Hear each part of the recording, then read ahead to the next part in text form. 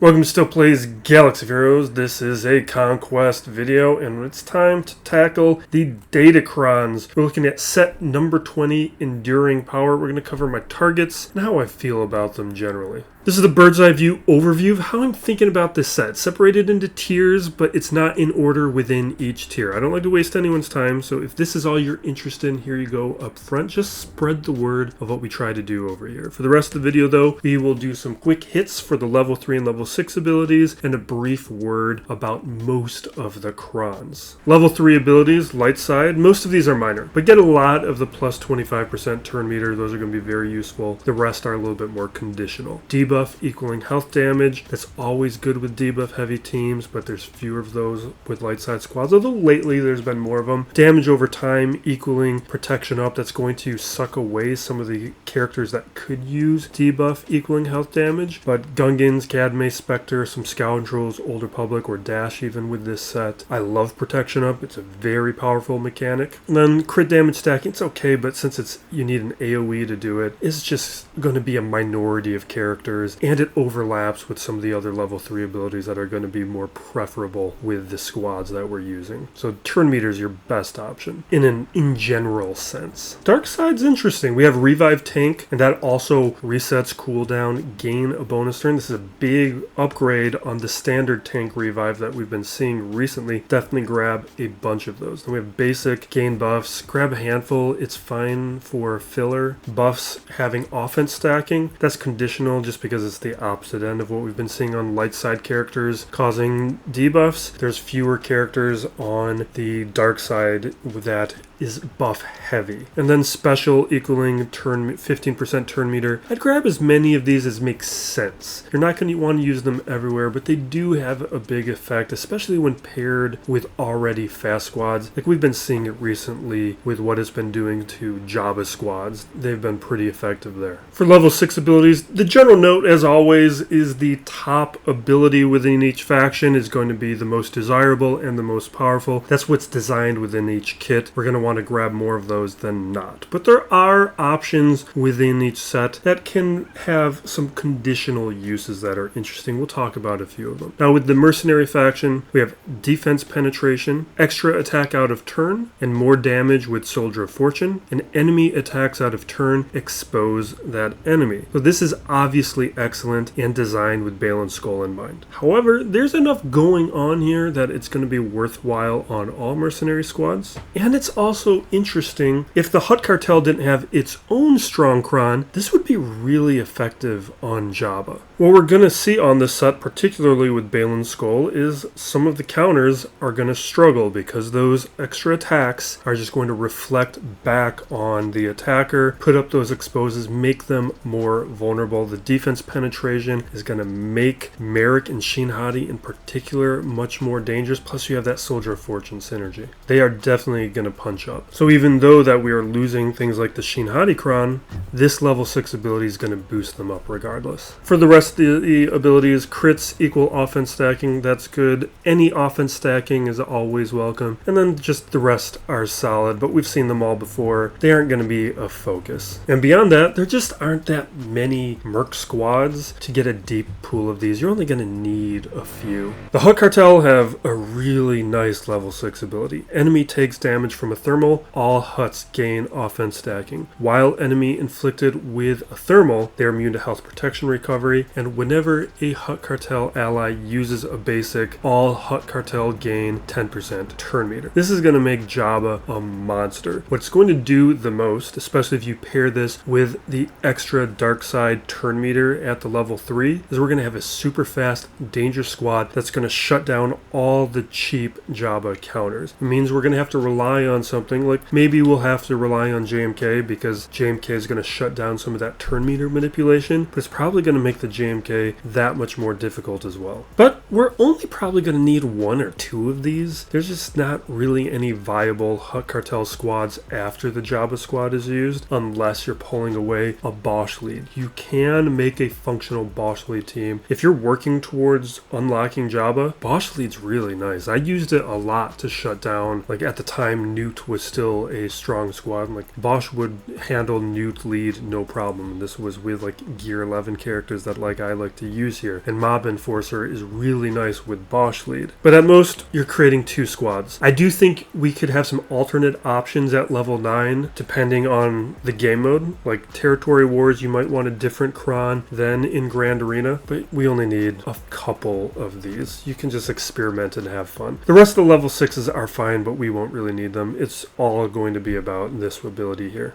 For the Smugglers, we have double the evasion. If the Smuggler is debuffed, they lose 100% evasion. Whenever a Smuggler crits an enemy, they cleanse themselves, so they're not going to be debuffed too often or for very long. And whenever Smuggler allies gain prepared, they gain tenacity up. And with the Dash Army, they're going to be gaining the prepared a lot. I don't have that one, but I know most players do. And because of that tenacity up, it's going to be hard to land debuffs in the first place. So it's probably going to be pretty important to use characters and teams that have debuffs that are unresistible. Whenever a Smuggler evades, all Smugglers will recover health and protection. Because of that double evasion, they're going to be evading a whole bunch, and that means there's going to be a lot of health and protection recovery, and something that would stop that, like a shock or healing over time, they're just going to be able to get rid of unless you have those locked debuffs. And the enemy that was evaded is going to be inflicted with a damage over time. That goes right back to that level 3 ability that gives protection up when damage over time is inflicted. So we have a little bit of synergy there to keep in mind. The only other thing here that's interesting to me is the cooldown reduction and the bonus turn abilities. Those are okay, but this one is going to be very powerful, particularly for Dash, because Dash has prepared, but we do have Sana, which does have some synergy with other components of this level 6 ability. For the droids, first time droid allies fall below 40% health, gain damage immunity. That's going to be really nice, both with Afra and General Grievous. It's going to add some survivability, increase the time of a battle. Droid dispels a buff or debuff. Droid allies gain crit damage up and offense up. Only thing to be mindful of there is there's not a lot of characters that do that in an AoE sense, other than like Imperial Probe Droid does have an AoE buff dispel. There's also not a lot of options for an AoE self-cleanse with droids, so that's going to be minimally active. Whenever an enemy is stunned by droids, all droid allies recover 25% health and gain 10 speed. That's really nice, but the only issue here is other than R2, droids aren't a great stun option, and R2 wants to be with Leia. It may be enough though to pull R2 away from her, something to be aware of. Other than that, like 000 has a little bit of stunning. You have the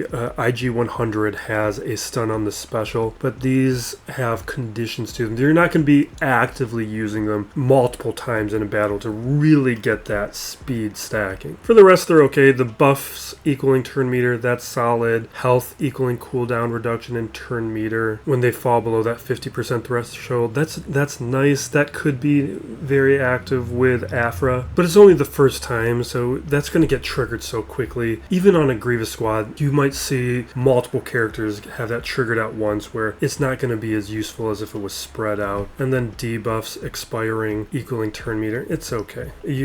For most of the set, the main level 6 is just a clear answer for almost every team. For the level 9 abilities, we are going to go tier by tier in the order that you see on screen here. Use the timestamps below if there's a particular Cron that you are interested on my thoughts with. I have highlighted a few of these. Those highlights are reflective of which ones I'm interested in getting for my rosters, not a reflection of how good I think they are. At this point, my roster's pretty well developed, and I'm mostly ready for almost all of them. We have Mob Enforcer and Gamorrean Guard need to go to Relic 5, and I would like Qi'ra and Cara Dune. But other than that, I'm pretty much ready to utilize any of these Crons. The only one that is really up for new consideration over the last couple days is missions, because prior to me setting this up, the Zalbar Army wasn't in game, and now it is. Although I'm not sure if I'm going to be going for it right away. I do think it's quite good. I am interested to see if it functions at Gear 12, but armies are pretty tough for me these days. I don't pay for the episode pass. I'm a free-to-play player. So armies are still at a premium, especially after all these Grand Arena characters we've been getting. Like I just got Dre, I got Balin Skull, I still have things to look at for Exile. We have a lot of work to do. Mob Enforcer, this is a must get. This is my favorite of the Hutt Cartel Crons. Allied leaders, Hutt Cartel, whenever they use an ability, Mob Enforcer assists with more damage. It's probably good to have a reminder of what that basic ability does.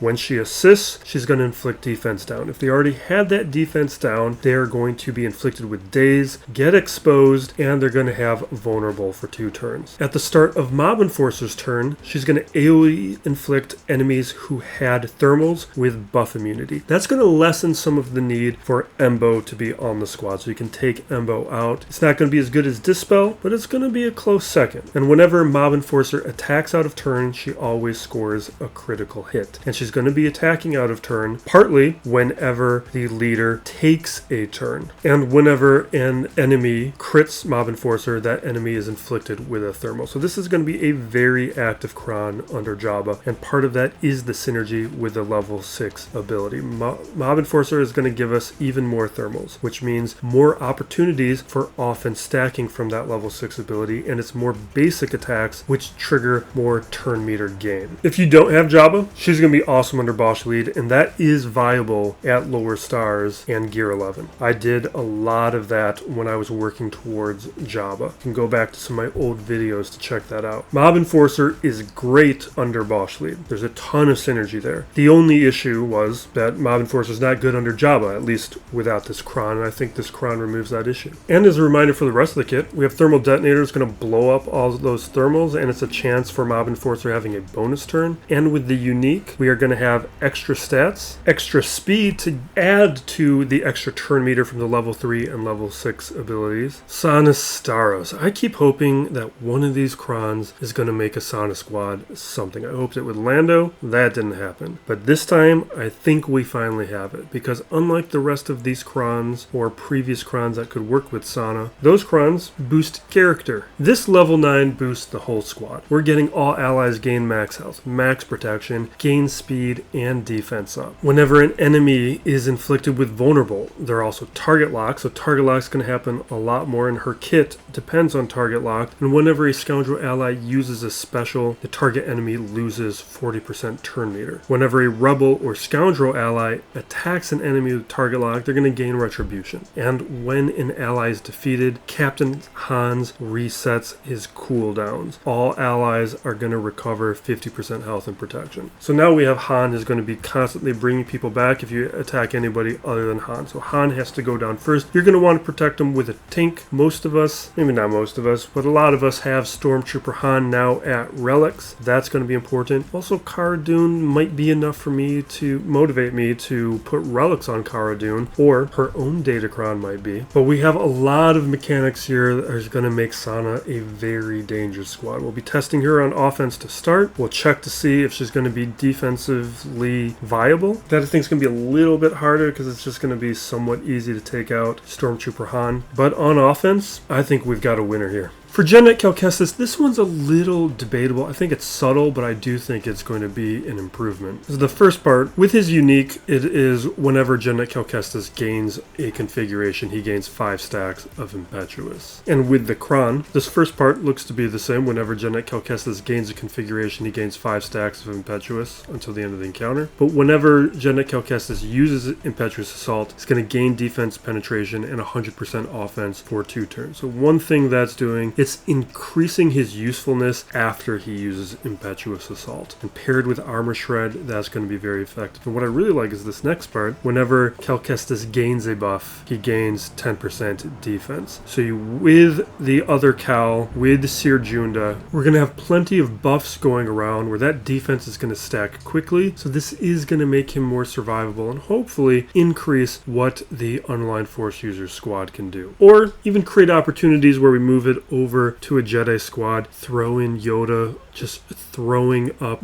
a ton of buffs. He'll quickly gain that max defense. And then we're adding survivability to some of these Jedi squads, which can be a little bit weaker. So Qi'ra's is really strong. I just think it's a question of how are we actually going to use her. Is she going to be with Baylan Skoll? Is she going to be with Dash? Is she going to be her own lead? Because there's a lot of different mechanics here that are going to be boosted depending on how we actually end up utilizing her. Qi'ra gains damage immunity at the start of the encounter. Qi'ra gains prepared on her turn. Whenever a mercenary ally attacks, if she has health steal up, she's going to assist. Whenever she loses prepared, she gains 5 stacks of Soldier of Fortune and 20% potency stacking. The first time she uses special, when she has 20 stacks of Soldier of Fortune, she inflicts healing immunity and protection disruption. The protection disruption is the part I really like here. That opens up a lot of counters. And the Soldier of Fortune, it introduces questions like, do we want to play with her in different situations? Because that's just going to increase the efficacy of that Soldier of Fortune mechanic. But this is probably a smuggler Cron and not a mercenary Cron. With Nest, there's a lot of very interesting things here. Immune to health reduction, think Jedi Knight Revan, Jango. Whenever an ally takes a turn, Nest assists. Whenever Nest inflicts a debuff, she gains crit damage stacking. Whenever Nest uses a special, she attacks again, dealing 20% bonus true damage. Whenever Nest attacks out of turn, she exposes the target. And whenever an enemy takes a turn, Nest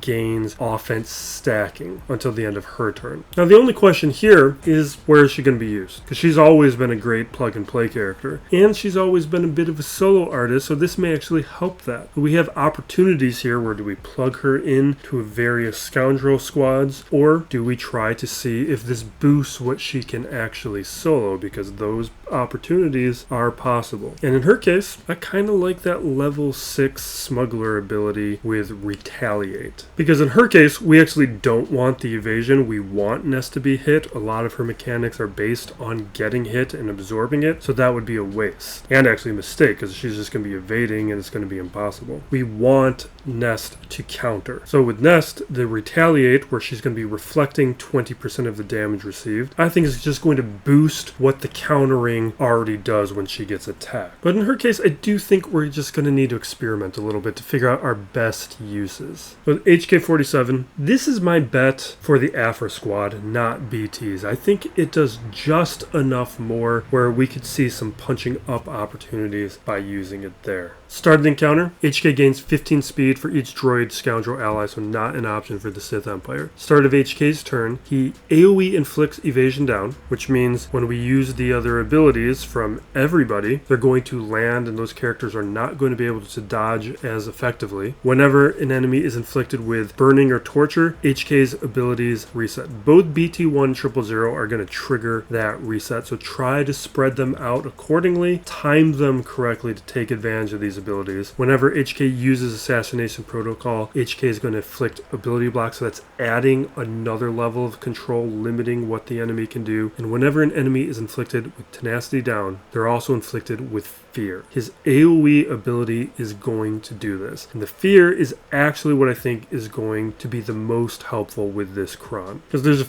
couple things going on here. One, we need to remember what Fear is going to do. What's nice about Fear is it can't be cleansed like a stun or an ability block, other control abilities. Fear is going to stick until we hit the character. So that's something that we can manage with basics, just avoiding AoEs, and those Fear is going to stick. Also, we have to remember the conditions of Assassination Protocol. If the target enemy had Fear, Assassination Protocol is going to reset its cooldown. We're going to be able to use this repeatedly. After we use Havoc, we'll be able to use Assassination Protocol and then return to Assassination Protocol and keep using these big attack abilities. And under Afra's lead, as that potency mastery is continuing to stack, that Assassination Protocol is going to get more and more dangerous. But I do also like BTs. It's another one that I think is in the top tier. I think this is one of those situations like we had just most recently with the Starkiller Cron and the Mara Jade Cron, where both were excellent. Starkillers was better, but Mara Jade's was a plenty good consolation prize. Whenever BT1 damages an enemy with a special and the enemy doesn't have Armor Shred, inflict Armor Shred. You can think of this as an AoE inflict Armor Shred. The specials are AoE abilities. They're not going to have Armor Shred, AoE inflict inflict armor shred. Then whenever BT1 uses a basic and damages an enemy with armor shred, and they're all going to have it, expose and BT1 gains protection up. The protection up is what I really like here, because one of the things that I'm not a huge fan of on an Afra squad is the squad's not super survivable, particularly Afra, but BT1, some of the other characters, they have survivability issues. The revive helps, but if you don't have to rely on that revive, that's better. And because BT1 is the damage dealer, anything keeping BT1 around longer is going to make the squad more dangerous. So while this is going to boost BT1, it doesn't do a lot for the rest of the squad. There's not other downstream synergy. There's not additional control. It's just going to make BT1 more of a threat. And I don't think it's as good as the last BT1 Cron that we had that made it possible for Afra to punch up against a lot of squads, or at a minimum, make the Jabba Lord Vader counters reliable. I don't see that going on. And plus, with Jabba getting his own boost, I don't see this squad beating a Jabba with a Hutt Cartel Cron. So even though I like it, I'm going to give the edge to HK. I think the control is going to be more important. I think that added damage from the assassination protocol is going to make the difference. Now this next tier, I like all of these. I just gave a slight edge to the must-have category, although some of those you could push down, like BT1 or Jedi Knight Cal Kestis, you could arguably push down, and maybe some of these you could push up. Now Cara Dune's, I like hers, but the issue here is you're probably going to have to use it with Sana in order for it to be most effective, and I don't think it's going to be better than the Starros Cron, so that's the issue. We just have a better option, which might be enough to stop me from adding relics to her. So it looks simple and straightforward, but whenever Cara Dune gains stealth, they recover 100% protection. Doesn't sound like a big deal, but we have to think about how the mechanics are going to actually work, and there are versions where I've gone up against certain Cara Dunes on like a Mon Mothma squad where she became just unbelievably annoying. But the one mechanic that we need to understand is that she only gains stealth with a scoundrel leader, but she does gain it on basic, which means every time she's assisting, she's recovering that protection because she is gaining stealth every time she uses her basic. So that's a massive pain. And maybe if you don't have Sana Starros, like if you don't have an Afra squad, maybe this is something that you consider under a different scoundrel leader. This could be something that we pair with Dash, or that we pair with Qi'ra. There are other options here where we could create different kinds of scoundrel lead squads where this will be a very annoying thing. And then also, maybe it's a 3v3 Cron, because maybe it's not going to be an option under Sana Starros because she's so effective. But in 3v3, we have a lot more flexibility to be creating different comps. And something as persistent and annoying as this, especially if you throw her on a team that has assists, that protection is just not going to go away. With IG-88, there's actually a lot to like here, but it's a similar question that we've been seeing with a number of characters is where do we actually utilize them? Because whenever IG-88 crit hits, gains damage immunity, and 25% turn meter blinds that enemy. If the enemy was target locked, IG-88 gains protection up, 100% stacking, retribution, and speed up. And the way that I'm thinking about utilizing this is under Grievous, because Grievous is going to be spreading a bunch of target locks between Grievous, between B1, between IG-100. Those target locks are going to be there. Obviously, I think it'd be better than Droidica, and I think we have to consider him over STAP, because with that target lock synergy, we're going to create a situation where IG-88 is going to be getting that protection up, have retribution, which could also allow a counter onto somebody with the protection up, and you have speed up, increasing the amount of turns being taken. And because of those counters, because of those AoEs, because of that target lock synergy, we are solving one of IG-88's big problems of being a glass cannon. Now we have survivability, we also have extra turn meter, and we have that speed up paired with the turn meter. That is going to create opportunities for him just to take a bunch of turns, always have damage immunity up, always have protection up. I see a lot of potential here. With the Imperial Probe Droid, we've got a bonus turn Cron. We've seen bonus turn Crons most recently with Dengar, and that was a super annoying, very disruptive Datacron. In this case, whenever an enemy takes a turn, IPD takes a bonus turn. During the bonus turn, IPD deals 100% more damage. Now, probably offense only. We don't want IPD to blow himself up and take himself off the field, so defense isn't going to be an option. What that extra 100% damage may mean is now the massive damage may be enough to take out relic characters. So that was the problem with IPD. After relics were introduced, the self-destruct ability just wasn't strong enough anymore to be relevant. Now it may be. But the downside is it's not an ideal use of the character or the squad, and the rest of the abilities aren't really damage abilities or AoE, or at least AoE attack abilities like Dengar's was. So while we have IPD taking these bonus turns, it's going to use precision blasters in order to attack, or we have the scenario where IPD can do the AoE target lock. And with that AoE target lock, if you have the Zeta, you're just going to shut down buffs. But what's that really going to do for you? That's the downside here. We're still kind of limited in what IPD is contributing at that point with the Datacron. It's really how are we going to pair IPD with anything else to make it relevant. So is it under a sortie squad and having that kind of synergy boosting up what the faction can do? Maybe. I'm not convinced by that. You could bring him over to an Afra squad. That's probably going to be the best use, or to a Grievous squad where you have that target lock synergy. But on an Afra squad situation with the added boosting damage from the potency mastery, that's a situation where it may be boosting him enough damage where the basic is becoming a pain, and where you have that buff dispel and the target lock synergy helping the squad. Not enough to be better than HK or BT1 though, and that's the downside here. But there is also a possibility that if you're in a tough spot within Grand Arena, you've used up ideal counters, and you're stuck in a corner and you don't know what you're going to do, this Cron may allow you to sacrifice IPD and set yourself up for a cleanup and get through a tough spot. And that alone may be worth it. Now, Embo's is really interesting, and I think what we're going to have is a situation where Jabba, depending on the game mode, we are swapping out the Datacrons that we're using. And in Territory Wars, especially if you have the Ami on Embo, you're using this one. Whenever Embo critically hits an enemy, Embo gains 10% crit damage, defense penetration, offense stacking, up to 200%. What we got to keep in mind here are level 3 and level 6 abilities, where level 3 uses special, gain that 15% turn meter. But at level 6, whenever an ally, Hutt Cartel ally, uses a basic, all the Hutt Cartel are gaining 10% turn meter. Embo is probably going to be stacking these stats very quickly and becoming an even more dangerous offensive threat, plus the survivability that Ami gives. But in the end, it's just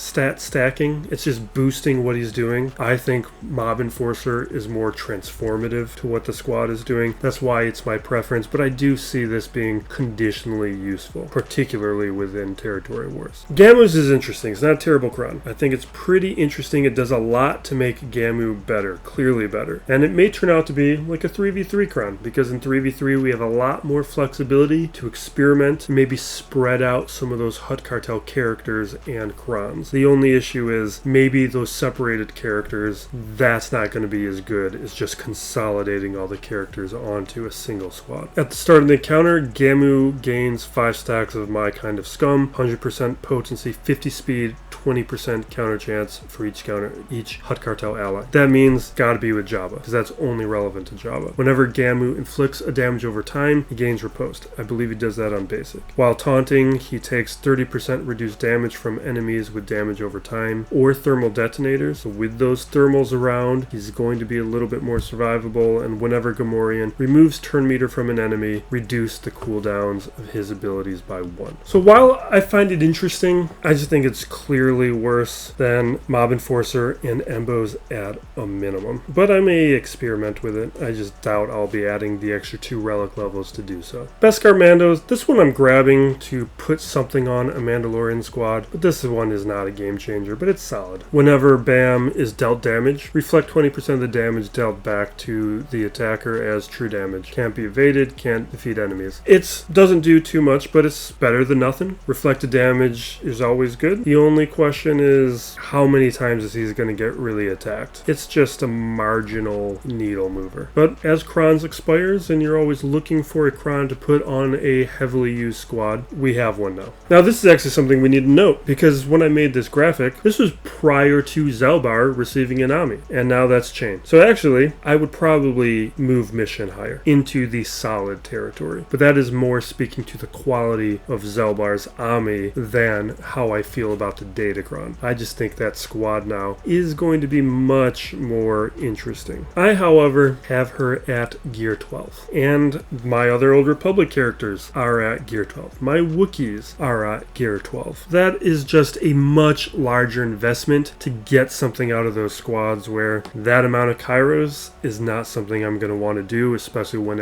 I'm going after GL Ahsoka right now. For mission, whenever she uses an ability, they deal more damage, 100% equal to half their potency percentage. This effect will only trigger if mission has more than 0% potency. So one thing though, this isn't going to work in 3v3 with that Ami on Zelbar, because she knocks herself out to start it, which means it's possibly a 5v5 Cron in this kind of scenario, or we're not going to be utilizing the Zelbar Ami in 3v3 the way that's intended. That's one of the hang-ups here. But in 5v5, that little extra damage, that could be interesting. Katarn's Datacron, we're getting minor health and protection recovery without any meaningful synergy with lower level abilities. So I'm going to grab it to make sure I have a Cron for either Mon Mothma or a Saul Luthen team, but this isn't going to be changing battles. With Dash Rendar's, whenever an enemy is stunned, Dash takes a bonus turn. Almost something interesting, except there's going to be limited opportunities for stuns. He does have a stun with that stop right there ability. That's one bonus turn. He does have potential allies who can be contributing stuns, but they're all targeted. So there's limited opportunities for how many characters are going to be stunned, how often. It's better than nothing. It'll boost things, but it's also like, are we going to prefer it more than like a Sonicron, a Qi'ra Cron? All those other squads I think are a lot more interesting than what we're doing with Dash, or even Cara Dune. With STAP, I'm pretty disappointed with this one. Just turned me to removal. It's not useless, but I'm far more interested to see what IG-88 is going to do with General Grievous than what this Cron does.